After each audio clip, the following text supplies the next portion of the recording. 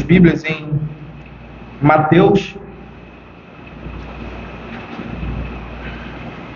capítulo 5.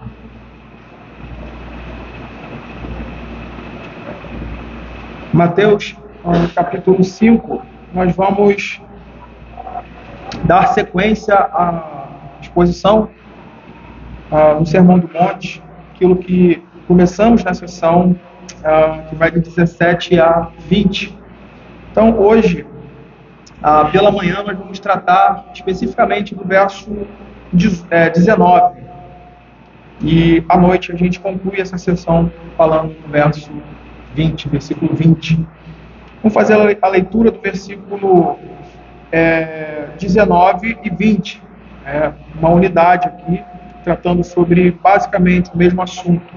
Então a gente vai fazer a leitura 19 e 20 e vamos nos deter no verso 19. Diz assim a palavra do Senhor: aquele, pois, que violar um destes mandamentos, posto que dos menores, e assim ensinar aos homens, será considerado mínimo no reino dos céus. Aquele, porém, que os observar e ensinar, esse será considerado grande no reino dos céus. Porque eu vos digo que, se a vossa justiça não exceder em muito a dos escribas e fariseus, jamais entrareis no reino dos céus. Vamos orar. Senhor Deus, Pai Santo, nós somos gratos a Ti, Pai, por mais essa preciosa oportunidade que o Senhor nos concede, que o Senhor concede à Tua igreja, de reunidos, respondendo à santa convocação do Senhor, dia do Senhor. Teu povo se reúne, ó Pai, em Tua casa, com toda a expectativa do seu coração de ouvir a Tua voz, de ouvir a Tua palavra, por meio da exposição bíblica. Pedimos a Ti, Pai, que o Senhor nos ajude em nossas fraquezas, que o Senhor, ó Pai, nos ajude em nossas limitações, fazendo com que a Tua palavra triunfe, que a Tua palavra, Deus, traga aos nossos corações refrigério, traga aos nossos corações o ensino, a exortação, o consolo, para que possamos, ó Deus, com a Tua graça, com a ajuda do Teu Espírito, moldar as nossas vidas à semelhança de Cristo. Fica com o Teu povo, fica com a Tua igreja, nos ajude assim, em nome de Cristo Jesus. Amém. Irmãos, nós temos visto aqui, nessa sessão que vai do verso 17 ao 20, o padrão de vida do reino dos céus, que está fundamentado na justiça de Cristo, que é aquele que cumpre ou que cumpriu toda a lei de Deus de forma perfeita, e sendo Ele o nosso representante, Ele nos apresenta justos diante de Deus. Então nós temos visto essa relação aqui, e como falamos inicialmente, a temática aqui do Sermão do Monte, agora dessa sessão até a parte final do Sermão do Monte, será essa trabalhando dentro dessa temática, o tipo de vida reta que convém aos santos, sendo que agora, e esse é o ponto de consideração, sendo que agora os crentes, eles estão unidos, a Cristo e desfrutam dos seus preciosos méritos no que diz respeito ao cumprimento da lei e da obediência devida a ela. Então, nos versículos 17 e 18, Jesus ele deixa claro, então, a sua relação com a lei de Deus, afirmando, então, que ele não veio para diminuir, abrandar ou desobedecer a lei de Deus, como alguns sustentavam, mas que ele veio para cumprir a lei de Deus de forma perfeita. E agora, no versículo 19, ele vai estabelecer a relação que os membros do seu reino, que os seus filhos, devem ter para com a lei. Ele tratou da sua relação com a lei e agora irá tratar da relação do seu povo, dos seus eleitos, aqueles que estão unidos a ele em sua relação com a lei. E o verso 19, ele diz exatamente isso.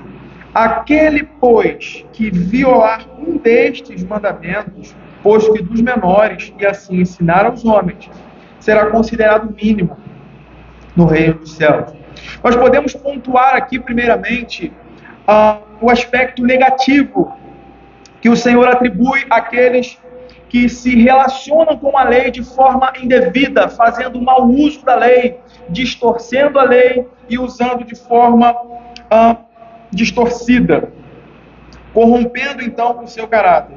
E esse é um ponto importante dentro dessa estrutura, dentro dessa seção que nós estamos vendo, porque, como nós temos falado nas últimas exposições, o entendimento sobre esse assunto, ele tem desdobramentos práticos,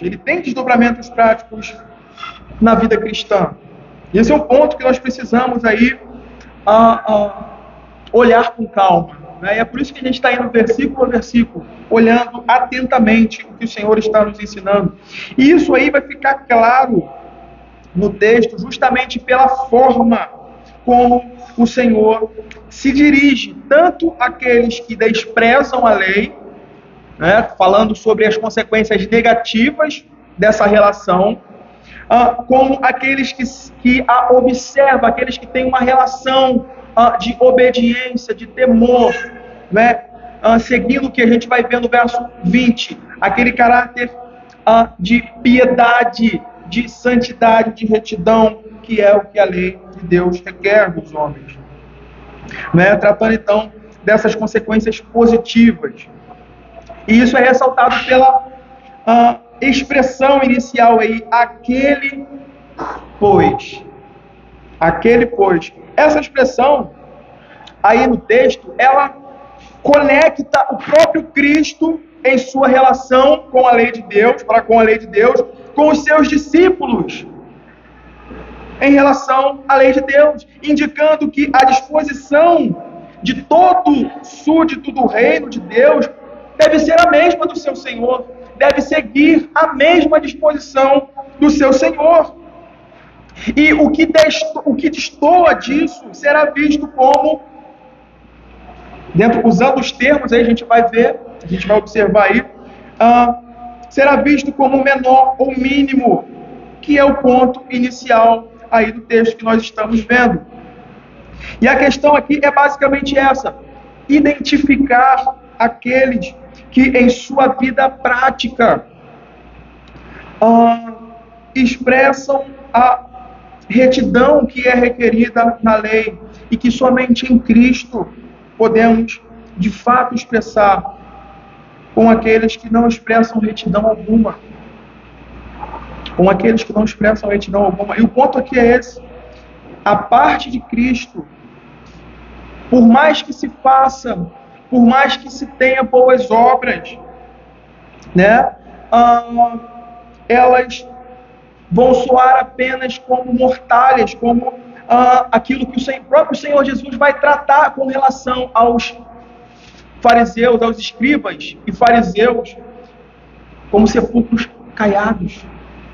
Por mais que uma externalidade seja apresentada como bela, ela soa apenas como um som de morte, não é? E é esse tipo de vida que os fariseus e escribas, eles levavam, eles sustentavam diante de Deus na mera exterioridade da lei, com aparência de zelo, mas passando longe do seu coração a honra, o amor, a lealdade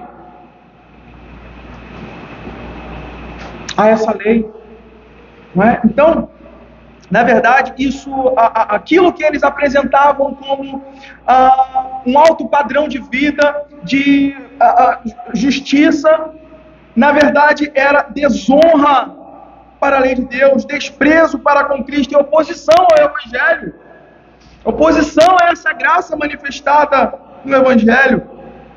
E talvez um dos pontos mais importantes aqui nesse texto seja exatamente esse: o Senhor Jesus tratando o coração dos seus discípulos quanto a essa relação com a lei de Deus. A preocupação aqui, irmãos, é que eles aprendam a amar a Deus, que eles entendam o propósito da lei, que eles entendam o espírito da lei, que é amar a Deus antes de qualquer coisa, para que então eles possam desejar, honrar e amar a sua palavra, a sua lei. Grande parte do trabalho do Senhor Jesus aqui no Sermão do Monte é então realinhar o entendimento dos seus discípulos para uma verdadeira compreensão, verdadeira interpretação da lei dada no Sinai. Então o Senhor Jesus aqui ele está trabalhando, progressivamente dentro desse propósito. E é interessante notar isso. Interessante percebermos isso, porque assim como no contexto em que Jesus profere essas palavras, nós, pela inclinação da nossa natureza pecaminosa, sempre temos a tendência de distorcermos isso, como os fariseus e escribas fizeram. E o grande problema que afeta a nossa vida hoje, estando sob o Evangelho, é justamente esse: não entendermos a função da lei para a vida e para a piedade cristã. É desprezarmos isso ou passarmos por cima disso de forma afoita, afobada, seguindo ou subscrevendo ensinos falsos acerca dessa realidade.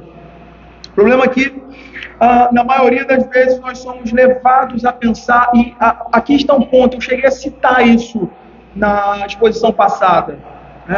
Grande perigo com relação a esse tema que nós estamos abordando, o Evangelho e a lei, e o cristão, agora com a sua relação com a lei, estando em Cristo, é esse. Na maioria das vezes nós somos levados a pensar em lei apenas como enunciado. Como nós falamos, não farás para ti imagem de escultura. A gente olha para isso como um enunciado e então acreditamos que, se tão somente não nos encontrarmos de joelhos diante de uma imagem, nós estamos perfeitamente cumprindo esse mandamento, nós estamos quites, está tudo bem. A gente olha, não adulterarás, e imediatamente nós pensamos que não, essa associação, lei como enunciado, não temos uma relação extraconjugal, ou não efetivou-se um ato de adultério, então estamos cumprindo perfeitamente a lei de Deus, e portanto temos justiça e retidão com isso. E a lista não para por aí, esse checklist, olha para aquilo que está como enunciado e olha para a vida. Não executei isso, estou bem, olha como eu estou progredindo bem, quando na verdade o coração está cheio de idolatria, cheio de adultério, avareza e por aí vai. O ponto de compreensão e de falha cabal dos escribas e fariseus era olhar para a lei e entendê-la como enunciado somente, sem aplicá-la, o seu espírito ao coração, à realidade em retidão, aquilo que deve brotar e vir para a vida. Precisamos entender isso para que não tenhamos uma postura desonrosa quanto à lei de Deus em nossa vida cristã, estando em Cristo. O tipo de vida reta que o Senhor requer dos seus filhos deve partir de um coração que ama a Deus sobre todas as coisas, que teme o seu nome e luta pela honra da sua lei.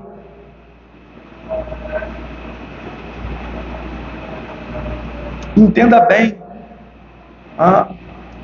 essa relação que estamos dizendo aqui, isso não significa que seremos perfeitos cumpridores da lei, homens sem pecados, ou absolutamente homens imaculados, mas significa, em primeiro lugar, estarmos em luta.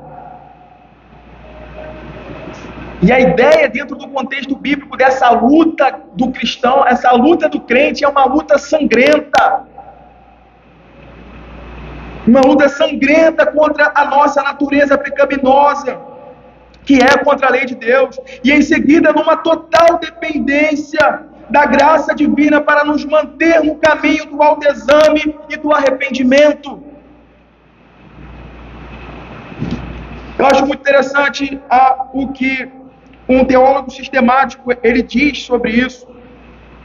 Ele vai dizer que a igreja é a comunidade de pessoas que, crendo num Deus de pura bondade, aceita a obrigação de refletir o caráter dele, que é expresso em sua lei. Irmãos, isso significa investirmos a nossa vida inteira na compreensão dos nossos deveres, das nossas obrigações e responsabilidades diante de Deus, num total esforço de cumpri-los, mas também numa total atitude de arrependimento quando falhamos. Você não vai encontrar isso no tipo de vida que os escribas e fariseus levavam. Muito pelo contrário. Muito pelo contrário. Embora o seu coração estivesse cheio de todas essas coisas, como o Senhor identificava diante deles, externamente eles se postavam, eles se colocavam como homens imaculados. O ponto da justiça que estamos falando e da retidão que estamos tratando aqui e que o Senhor vai tratar no verso 20, de uma justiça que excede e muito a dos fariseus e escribas, está nesse ponto. De um coração que segue essas virtudes, que começa lá no primeiro ponto das bem-aventuranças. Bem-aventurados os pobres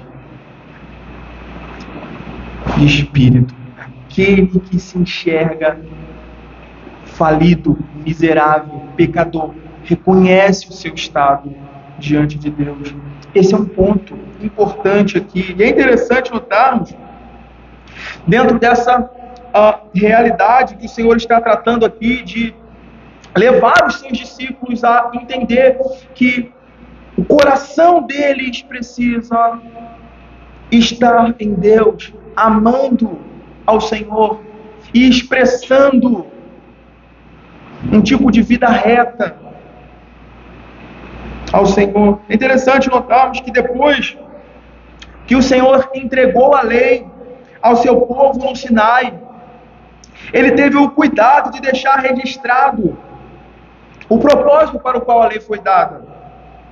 E é justamente isso, provocar o amor e o temor filial no coração do seu povo, para que eles ao mesmo tempo temam ao Senhor do pacto, e o amem como um Pai bondoso que os livrou e os guardou. Esse é o ponto. Abra Deuteronômio 6. Deuteronômio 6.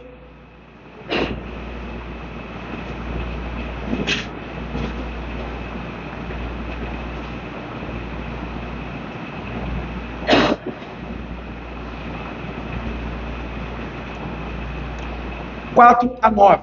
Diz assim: Ouve, Israel, o Senhor nosso Deus é o único Senhor. Amarás, pois, o Senhor teu Deus de todo o teu coração, de toda a tua alma e de toda a tua força. Estas palavras que hoje te ordeno estarão no teu coração.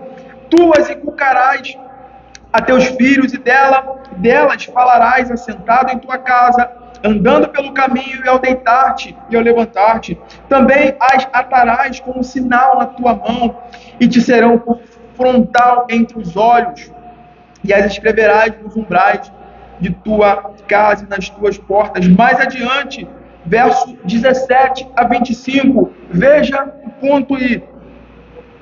Diligentemente guardarás os mandamentos do Senhor teu Deus e os seus testemunhos e os seus estatutos que te ordenou. Farás o que é reto e bom aos olhos do Senhor, para que bem te suceda, e entres e possuas a boa terra, a qual o Senhor, sob juramento, prometeu dar a teus pais, lançando todos os teus inimigos e diante de ti, como o Senhor tem dito. Verso 20. Quando teu filho no futuro te perguntar, dizendo: que significam os testemunhos e estatutos e juízos que o Senhor nosso Deus nos ordenou, então dirás a teu filho: éramos servos de Faraó no Egito, porém o Senhor de lá nos tirou com poderosa mão. Aos nossos olhos fez o Senhor sinais e maravilhas grandes e terríveis contra o Egito e contra Faraó e toda a sua casa, e dali nos tirou, para nos levar e nos dar a terra que sob juramento prometeu aos nossos pais. Agora veja o verso 24. O Senhor nos ordenou cumpríssemos todos esses estatutos e temêssemos o Senhor, nosso Deus, para o nosso perpétuo bem, para nos guardar em vida, como tem feito até hoje. Será, verso 25, será por nós, o quê? Justiça, quando tivermos cuidado de cumprir todos estes mandamentos perante o Senhor, nosso Deus, como nos tem ordenado. Então, quando nós olhamos para tudo isso, nós vemos o cumprimento em tudo aquilo que o Senhor veio falando nos versos 17 e 18, Ele cumprindo tudo isso e atribuindo essa justiça aos seus filhos que estão unidos a Ele. Então, muito além de enunciado, a lei e os mandamentos do Senhor são vida e justiça e retidão para nós, quando, abrigados sob os méritos de Cristo, abraçamos o Evangelho e podemos seguramente dizer, como salmista: como amo a tua lei, é a minha meditação dia e noite. E não como os antinomistas: como eu desprezo a tua lei.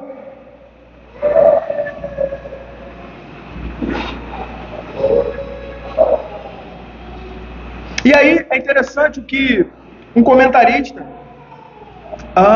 fala sobre esse assunto. E o ponto que ele traça ali dessa relação. Ele diz algo interessante. Ele diz assim: a lei e o evangelho são as partes principais da revelação divina melhor. Eles são o centro, o resumo e a substância do todo. Toda passagem das Escrituras, das Sagradas Escrituras, são ou lei ou evangelho. Até as histórias do Antigo e Novo Testamento, no que diz respeito à agência do homem, são simplesmente narrativas de atos feitos em conformidade ou em oposição à lei moral e feito em crença ou descrença no evangelho. Veja que interessante, né? Quando a gente olha para o Antigo Testamento e a gente vê alguém, eu olhando por essa, pesquisando, lendo, eu achei muito interessante o que o reverendo Weber Campos Júnior, ele articula sobre isso, né, em sua exposição do Sermão do Monte, falando que quando nós olhamos para as narrativas do Antigo Testamento, nós vemos homens se levantando e falando que eles irão e vão lutar em nome do Senhor. Eles estão respondendo com fé, com crença nas promessas de Deus, nas palavras do Senhor, que disse que no pacto Ele seria o seu Deus, que Ele os guardaria, que Ele estaria com eles, respondendo em obediência. E aí nós temos muitos exemplos nas Escrituras, né? E talvez aquele que se destaque aqui, que se destaca de forma mais interessante, seja o de Davi diante da afronta de Golias. né? Eu gosto muito desse trecho. É muito interessante a resposta de crença na palavra do Senhor, né? E que de alguma forma está tipificando aquela promessa redentiva de Deus que salvaria o seu povo e que os guardaria, apontando para o pleno e perfeito cumprimento em Cristo Jesus. E aí a gente vê essa cena, né, de Davi diante da afronta do Golias. Durante um longo tempo, aquele homem se colocava diante do exército do Deus vivo e pedia, né, e perguntava, afrontosamente: não tem homem para vir de encontro e lutar comigo? E Davi, naquele dia, ele deixou as suas ovelhas com alguém e foi cumprir a ordem do seu pai, levar comida, né, ou mantimento para os seus irmãos. E quando ele chega lá, mais aquele dia, é interessante a ênfase que o texto dá. E Davi ouviu a afronta. Ele ouviu o que estava sendo repetido todos os dias. A afronta ao exército do Deus vivo. E, em última instância, ao próprio Senhor dos exércitos. E ele se coloca, ele se posiciona em relação a isso. Ele coloca: quem é esse incircunciso para afrontar o exército do Deus vivo? E aí a gente conhece, né, o texto. Ele se prepara, ele se coloca ali e vai à peleja. E é interessante o que ele fala. Ainda hoje, essa afronta cessa, né? A ação de Davi ali é justamente essa, uma resposta de crença ou de fé, né, que está de acordo, de conformidade com a lei moral ou com o ensino da palavra do Senhor. Por outro lado, nós temos exemplos de descrenças, não é? De respostas que mostram uma disposição ruim, de descrença e descrédito nessas palavras. Né? A gente, quando olha ali o contexto de Isaías 7, 10 e 16, do rei Acais, o próprio Senhor fala: pede um sinal de que eu estou contigo. Né? E ele, aparentemente piedoso, né, como um piedoso: não, eu vou pedir um sinal? Não, jamais vou pedir um sinal. E o próprio profeta, ele se coloca, né, e fala: então Deus, o próprio Senhor, te dará um sinal. Eis que a virgem conceberá e dará luz. Famoso texto, né? Então, nós temos diversos exemplos no Novo Testamento, né, em relação a isso que nós acabamos de ler nessa citação.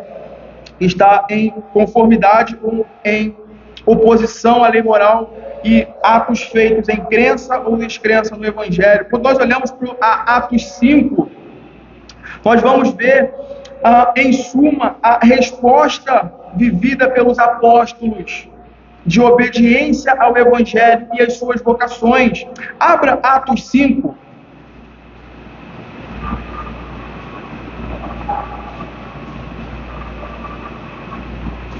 Atos 5, versos 17 a 21. O contexto ali é o de prisão, né? De perseguição, prisão dos apóstolos.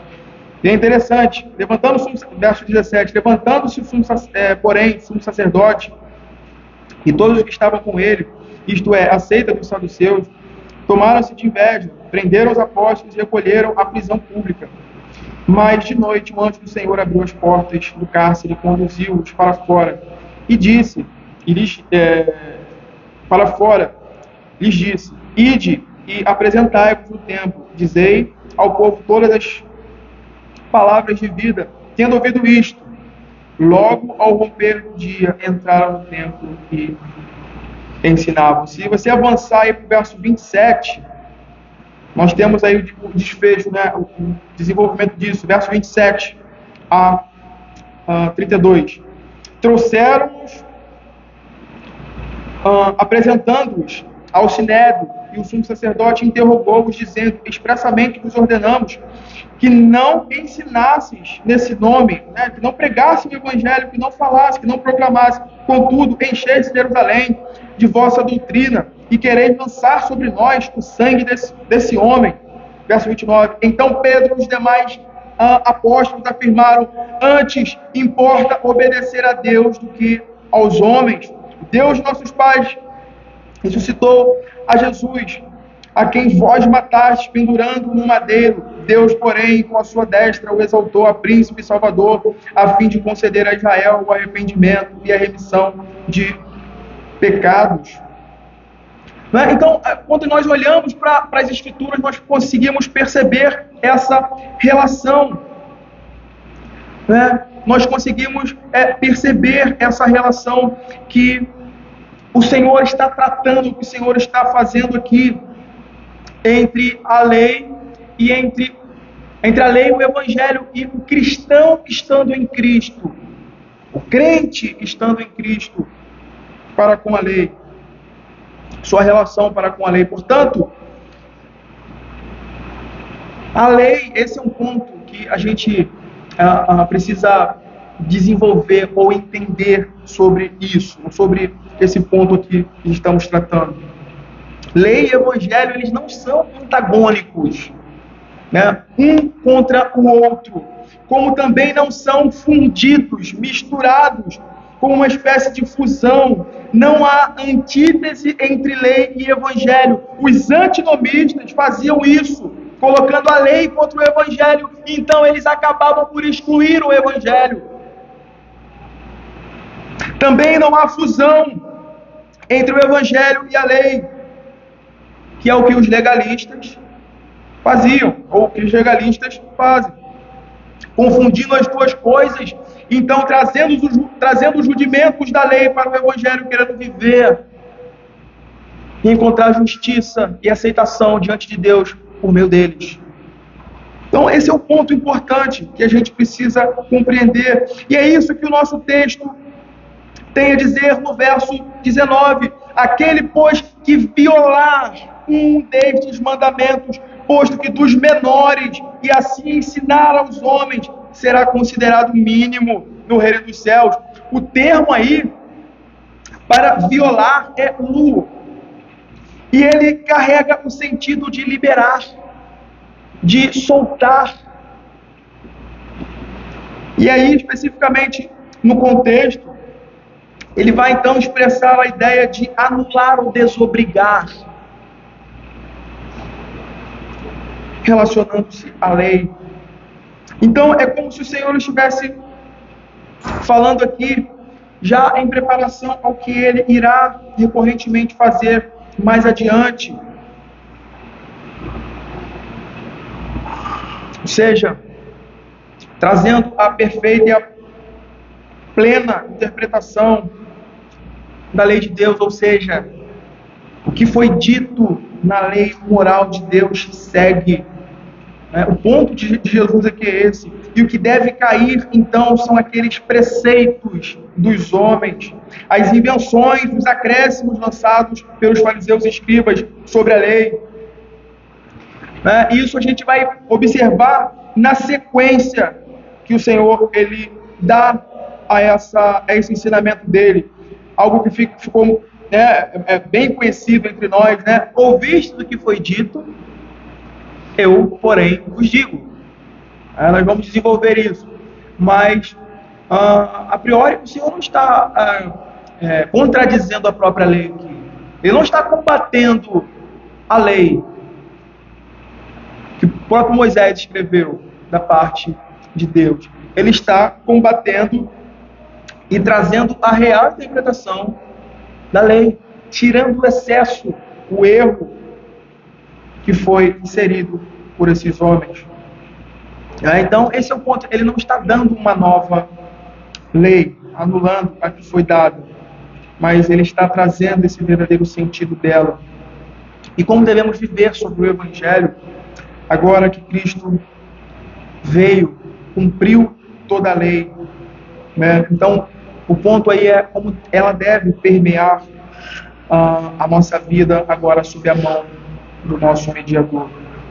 E o ponto focal aqui, ao dizer tais palavras, é justamente confrontar esse tipo de vida hipócrita que tanto os fariseus e escribas legalistas nutriam, quanto qualquer um que tensionava, e a gente vai ver no contexto ali que existia isso, né? Fugir para o outro lado, para o outro extremo, para viver de forma licenciosa. Então recorria como se o evangelho fosse isso, esse abrandamento, né? Abrigando-se sobre o evangelho, como se então ele fosse viver de forma tranquila, porque o entendimento como se a lei tivesse sido revogada, né? Então, o ponto aí é exatamente esse: aquele que violar, né? E aí violar é exatamente isso, desobrigar-se, né? Desobrigar-se ou desobrigar alguém de um desses mandamentos, posto que dos menores, e assim ensinar aos homens, será considerado mínimo no reino dos céus. Isso significa dizer que o evangelho, ele não suplanta a lei, mas ele confirma a lei. E a grande sabedoria de Deus é expressa nisso. A grande sabedoria de Deus é revelada nessa realidade entre lei e evangelho. Veja o que Paulo diz aos Romanos, capítulo 3, verso 31. E parece que a resposta de Paulo aqui é um tipo de indagação sobre essa realidade. É como se tivesse um interlocutor ali e ele pergunta e ele mesmo responde. Veja, Romanos 3, verso 31. Anulamos, pois, a lei pela fé? Não, de forma nenhuma. Antes, confirmamos a lei. Confirmamos a lei. E aí, irmãos, seguindo aqui esse desenvolvimento, talvez, na verdade eu entendo que esse seja a parte mais terrível do que estamos tratando aqui. Pior do que crer errado, distorcendo a lei para si, como eles faziam, é ensinar o erro. Que aí é interessante o comentário de Mesway. Ele fala algo interessante sobre isso. Veja o que ele diz no seu comentário. Opiniões que tendem à destruição da piedade séria e dos pontos vitais da religião, por glosas corruptas das escrituras, são ruins quando são defendidas. A ideia do que ele está tratando aqui é aquele distorcimento, que a pessoa olha, distorce e acata para si, leva e conduz um tipo de vida errado, ou que destoa do propósito dado por Deus na sua palavra. Mas ele continua, ele diz, mais piores quando são propagadas e ensinadas como a palavra de Deus. Quando esses erros são ensinados e transmitidos como palavra de Deus, aquele que assim fizer será chamado menor no reino dos céus, no reino da glória, e nunca virá para lá, mas será eternamente excluído, ou melhor, no reino da igreja evangélica. Ele está tão longe de merecer a dignidade de um professor nela, que nem ao menos será considerado um membro dela, e assim, como o profeta que ensina mentiras será a cauda naquele reino, quando a verdade aparecer e a sua própria evidência, tais professores corruptos, embora aclamados como os fariseus, não terão qualquer valor para com os sábios e bons. E, seguindo essa lógica aqui, talvez pior do que isso, e ainda mais grave e sério, grau de juízo esteja sobre aqueles que trazem a proclamação do Evangelho na pregação, que transmitem o Evangelho, e que abrem mão da verdade e abraçam o erro para emboscar as almas dos homens que ouvem. E aí, o próprio comentário aqui que segue, Matthew Henry, ele vai dizer: nada torna os ministros mais desprezíveis e vis do que corromper a lei. Ele cita Malaquias 2,8, os que atenuam e encorajam o pecado e desprezam o rigor da religião e a devoção séria são a escória da igreja.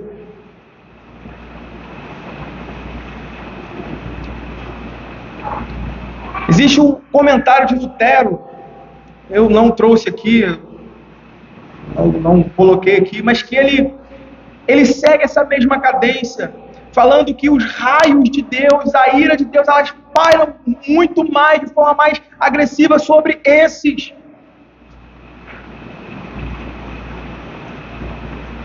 Que de alguma forma expressam luz, alguma forma de conhecimento, de luz na mente, mas que essa luz serve tão somente para desviar as almas da verdade, do conselho da verdade, da lei do Senhor, para trilhar um caminho que é preceito de homens e que só pode conduzir para o inferno, para a condenação eterna. Nenhum preceito humano, por mais belo, por mais útil que seja, ele pode se colocar ao lado da lei de Deus e servir como um princípio, ou algo que substitua a lei de Deus. E quando você vai ver o que estava sendo feito ali, é exatamente isso. Ao longo do tempo, a lei foi colocada de lado, a palavra do Senhor, os ensinos dos profetas, que nada mais eram do que o ensino da lei, fazendo com que o povo voltasse o seu coração para Deus, se arrependesse do seu pecado, da sua vida de desvio e não retidão à lei de Deus, voltassem, observassem o espírito da lei e voltassem para o Senhor. Quando eles fazem isso, eles colocam as suas próprias leis, o que eles fizeram. E é interessante a forma como Jesus confronta isso. Ouviste o que foi dito? Ouvistes o que foi dito? E é interessante, mais adiante aí, né? Verso 33, capítulo 5 de Mateus. Também ouviste o que foi dito aos antigos: não jurarás falso, mas cumprirás rigorosamente para com o Senhor os teus juramentos. E o Senhor vai colocar: eu, porém, vos digo, de modo algum jureis. Ele segue essa temática. Ouviste que foi dito, olho por olho, dente por dente. Eu, porém, vos digo, não resistais ao perverso. Ele segue. A temática que foi colocada ali, ou a forma de interpretação, era algo que, na verdade, destoava do propósito ou do espírito da lei. O Senhor vem trazendo isso. Irmãos, que grande peso pesa sobre os nossos ombros. Que grande peso pesa sobre os ombros daqueles que proclamam o Evangelho. E com grande peso pesa sobre os ombros daqueles que ouvem a verdadeira pregação do Evangelho. Porque nenhum de nós poderá alegar ignorância.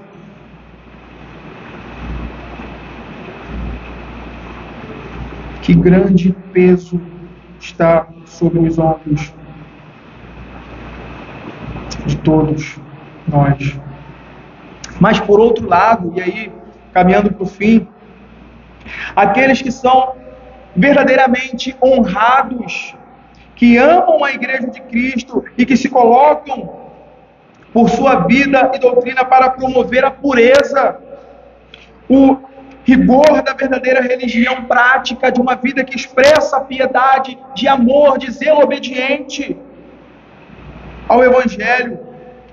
Quem faz ensina o que é bom, são verdadeiramente grandes, como é colocado aqui, como é tratado aqui. Eles honram a Deus e Deus os honrará. A ideia de grandeza e de ser menor aí está ligada justamente isso, o olhar de Deus, a forma como Deus enxerga. Isso está ligado justamente a todo o escopo que nós já vimos.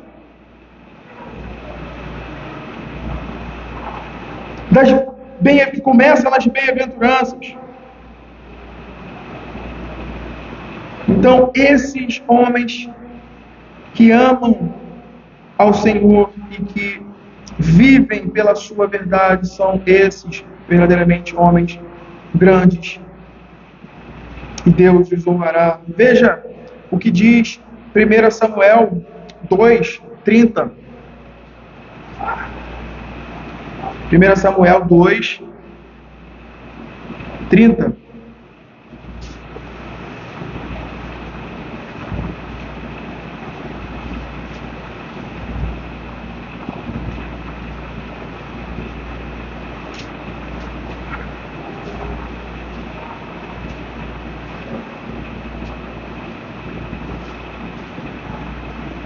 Portanto, diz o Senhor, Deus de Israel: na verdade dissera eu que a tua casa e a casa de teu pai andariam diante de mim perpetuamente. Porém, agora diz o Senhor: longe de mim tal coisa, porque aos olhos, porque aos que me honram, honrarei, porém, os que me desprezam serão desmerecidos.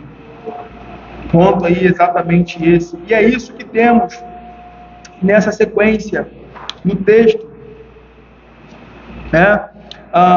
Que podemos dizer que corresponde ao aspecto positivo de consequências com relação à lei de Deus, né? Que é vivida sob o Evangelho. Aquele, porém, que os observar e ensinar, esse será considerado grande no reino dos céus. John MacArthur, comentando esse trecho, ele vai dizer que a grandeza de um servo de Deus não é determinado por sucesso, popularidade, reputação ou tamanho do seu ministério, mas pela visão que, como crente, ele tem da Escritura e de como ela se revelou em sua vida e ensino. Veja que interessante comentário, né? Veja que interessante comentário. Essa grandeza, essa reputação, ela vem justamente pela medida da sua visão, que como filho de Deus, que como crente, ele tem da Escritura. E, consequentemente, isso é como consequência, como ela se revela na sua vida, como ela se manifesta no seu viver diário, no seu ensino, né? E esse é o ponto aqui, irmãos. O coração, né, o centro da vida cristã, ele deve estar nessa realidade, na suficiência da palavra de Deus, na perfeição da sua lei, que quando aplicada pelo Espírito ao nosso coração, às nossas vidas, nós nos tornamos cativos a ela. Desde a menor até a maior parte, tudo estará em grande apreço, tudo será conduzido em grande apreço e estima em nosso coração, em nossa conduta, em todas as nossas relações. E o fato é que a grande nobreza, ou a nobreza de uma pessoa no reino de Cristo, se mostra em fidelidade e honra à sua palavra. É para isso, é para esse ponto que converge esse versículo. E esse é justamente o ponto que distingue as duas pessoas nessa realidade de violar ou observar a lei do Senhor. E os fariseus eram esses, né, que violavam a lei de Deus em seus corações, enquanto declaravam-se zelosos, e homens cuidadores da lei, mas, na verdade, eles romperam com ela, né, e foram além dela para colocarem as suas próprias interpretações, né, para serem vistos como bons, não somente diante dos homens, mas diante do próprio Deus. E aí, o capítulo 7 de Marcos, ele mostra essa realidade hipócrita de um zelo falso, que não tem raiz no coração, que não tem fundamento no coração, mas simplesmente na honra que os homens podem dar externamente. Verso 5, Marcos capítulo 7, 5 a 9. Interessante como o Senhor Jesus trata essa hipocrisia. Interpelaram os fariseus e escribas: por que não andam os teus discípulos de conformidade com a tradição dos anciãos, mas comem com as mãos por lavar?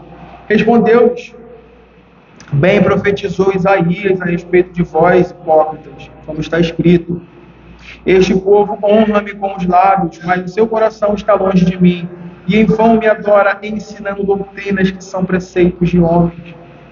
Negligenciando o mandamento de Deus, guardais as tradições dos homens. E verso 9: e disse-lhes ainda: jeitosamente rejeitais o preceito de Deus para guardares a vossa própria tradição. Irmãos, eu quero terminar esse sermão, quero concluir esse sermão, levando-nos a refletir sobre tudo isso que vimos aqui e trazer alguns alertas graves e sérios aos nossos corações. Devido à corrupção do nosso coração, devido à nossa natureza corrupta que ainda está abrigada em nós, é possível sim fazermos um mau uso da lei, como fizeram esses homens citados aqui. É terrível isso. Entretanto, é possível também distorcermos o Evangelho, fazermos um mau uso da graça manifestada em Cristo, vivendo uma espécie de graça barata. É possível. Quando nós paramos para ver quem eram esses homens, nós olhamos todo esse contexto do Novo Testamento, em que eles são amplamente citados, nós vamos perceber que eram homens zelosos pela palavra, cuidadosos, mas que no meio do caminho eles perderam de vista o próprio conteúdo do que meticulosamente eles estudavam, que é Cristo. No meio do caminho eles perderam a suma, o centro de tudo aquilo que eles mais proclamavam ter zelo. E é interessante que o texto de João vai dizer sobre isso, né? Falando, o próprio Senhor falando, né? Examinais as Escrituras, porque julgaste ter nelas a vida eterna, e são elas mesmas que testificam de mim, contudo, não quereis vir a mim para terdes vida. Né? E aí, o ponto que fecha essa questão aqui, está mais adiante, no versículo 45 do capítulo 5 de João, 45 e 47, que vai dizer: olha o que Jesus, olha o ponto que Jesus trata com relação a isso. João 5, 45 e 47. Não penseis que eu vos acusarei perante o Pai. Quem vos acusará, ou quem vos acusa é Moisés. E em quem tendes firmado a vossa confiança, porque se de fato cresces em Moisés, também crereis em mim, porquanto ele escreveu a meu respeito. Se porém não credes nos seus escritos, como crerei nas minhas palavras? Vocês têm noção do que Jesus está falando para essa audiência? Eles eram os homens mais crentes que podiam existir naquela época. Ou eles eram tidos pelo povo, pela sociedade que existia ali, como as pessoas mais piedosas e crentes, conhecedores dos pormenores da lei de Deus. E o Senhor está falando exatamente isso, porque se de fato cresces em Moisés, eles se gabavam de algo que nem mesmo eles criam, não estava no coração deles. O ponto que eu quero chamar a atenção aqui para a nossa vida, para a nossa realidade como igreja, é exatamente isso. É possível uma pessoa, é possível alguém de alguma forma desfrutar de toda a realidade, ou de alguma forma, como está escrito lá em Hebreus, fazer parte da igreja visível de Deus, estar ali em conjunto com o povo, experimentar os dons, fazer e acontecer, mas na verdade eles estarem vivendo a mesma condição. Irmãos, acaso nós achamos, ou alguém pode achar, que todo o enredo do Novo Testamento, dos Evangelhos, e de grande parte de atenção que é dada dos autores dos Evangelhos a essa relação desses homens, não tem algo a nos ensinar? Leia os Evangelhos e olhe a grande porção que é reservada tratando sobre escribas e fariseus, do tipo de vida hipócrita que arroga uma justiça, mas que na verdade seu coração está longe, distante. Que nosso coração seja tomado de temor diante dessa realidade, e que nós façamos uso da própria palavra do Senhor para investigar o nosso coração, para avaliarmos os nossos corações, colocarmos no crivo das Escrituras, para ver se realmente estamos, como Paulo falou. Paulo não falou ímpios, ou melhor, ele não falou a uma outra realidade que não a realidade da igreja. Não falando aos Coríntios, ele fala: examinai o coração de vocês, provai o coração de vocês. O que ele fala ali é literalmente uma ideia de põe à prova se realmente vocês estão em Cristo. Dentro de todo aquele contexto, traz essa realidade.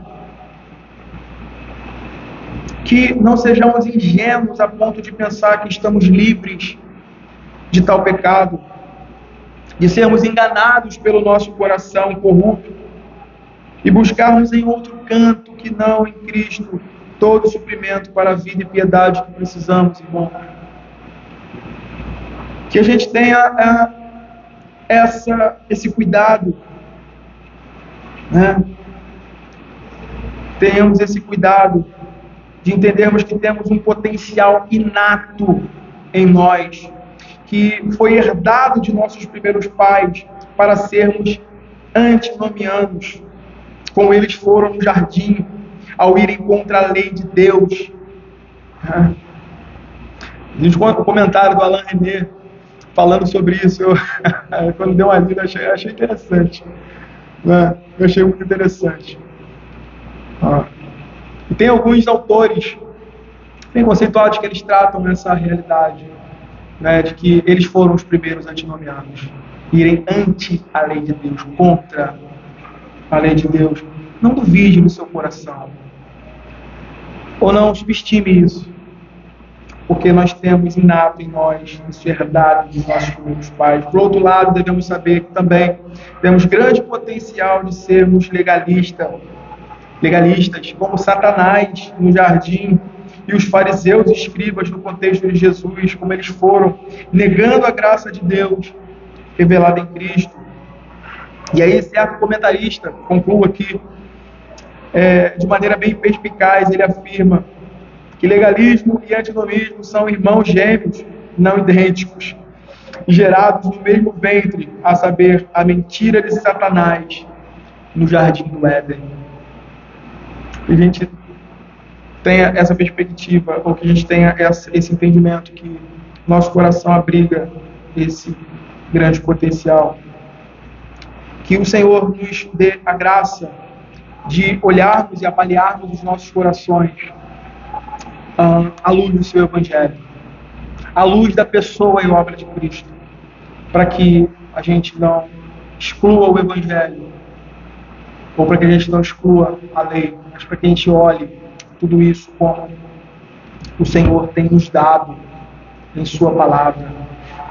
Quando o Senhor trouxe a realidade dos escritos do Novo Testamento, Ele não fez com que a lei e os profetas fossem apagados, né, ou revogados, para que então vivêssemos uma espécie de vida cristã sem nenhum tipo de norma. Mas antes, o Senhor, por sua graça, Ele cumpre em Cristo exatamente aquilo que é dito lá em Jeremias: em seus corações escreverei a minha lei, e essa lei estará perpetuamente cravada no seu coração, para que o seu povo ame, tema e ande de forma reta para o seu próprio bem. Que o Senhor nos abençoe. Que o Senhor nos abençoe. Vamos orar. Senhor Deus, Pai bondoso, nós te agradecemos, ó Pai, por Tua palavra. Te agradecemos, ó Pai, porque o Senhor nunca permite com que o Teu povo, ó Pai, seja adormecido num tipo de vida hipócrita, num tipo de vida despreocupada. Mas nós te louvamos, ó Pai, porque por meio da Tua lei, por meio do Teu Santo Evangelho, nós somos diariamente despertados para o tipo de vida reta que o Senhor requer de nós, estando em Cristo, estando unidos a Cristo Jesus. Pai, que o nosso coração seja tomado desse temor nos nossos procedimentos, na nossa vida, que a nossa conduta, que o nosso coração expresse exatamente a obra que Cristo realizou por nós, que é a santidade, que é a vida santa, que condiz com o Teu perfeito sacrifício por nós. Muito obrigado, Deus, por Tua palavra. Fica com a Tua igreja, com o Teu povo. Assim oramos em nome de Cristo Jesus. Amém.